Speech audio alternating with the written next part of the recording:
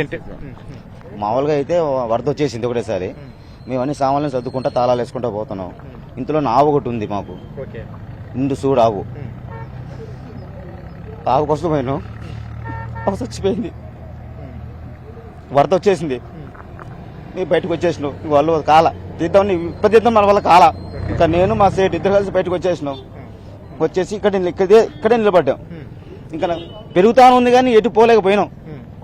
మెల్లిమెల్లిగా అడుగు ఇదే ప్లేస్, ఇదే ప్లేస్, ఇదే ప్లేస్ లోనే అడుగు వెనక పోతా అక్కడ పోయి ఆగిపోయినాం.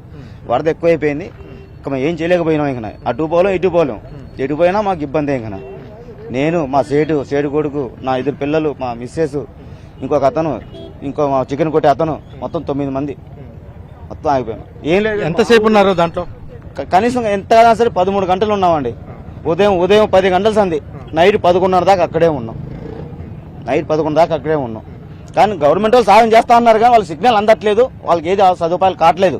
వాళ్ళు అందుబాటులో ఉన్నారు, వాళ్ళు కూడా ఉన్నారు, కానిపోతే వాళ్ళు వచ్చి కూర్చొని ఉన్నారు కానీ వాళ్ళకి ఏది తిరగలేదు, వాళ్ళకి అందుబాటు లేదు. భయం వేసింది. భయం కాదు సార్, పీనుగులు పోతున్నాయి పక్క నుంచి, పీనుగులు, పాములు, సవాలు, బూడ్చిన సవాలు కూడా పక్క నుంచి పోతానే ఉన్నాయి. పిల్లలు భయపడుతుంది. ఇటువంటి అనుభవం ఎప్పుడైనా ఎదురైందా? మాకు ఎప్పుడు కాలేదు, మాకు ఆశ కూడా లేదు, కూడా మేము బతుకుతున్న ఆశ కూడా మాకు లేదు, ఆశ లేదు. 6 తర్వాత జర నీళ్లు తగ్గినాక అప్పుడు కొద్దిగా మాకు ప్రాణం బతుకుతా ఉన్న ఆలోచన అప్పుడు కలిగింది మాకు. అప్పుడు దాకా మాకు ఆలోచన రాలా, మేము సస్తామే అనుకున్నాం అందరం కలిసి, అంతేగాని అంతమింత మాకేం లేదు. ఇంకా మొత్తం మీ కుటుంబ సభ్యులు ఎంతమంది ఉన్నారు అక్కడ?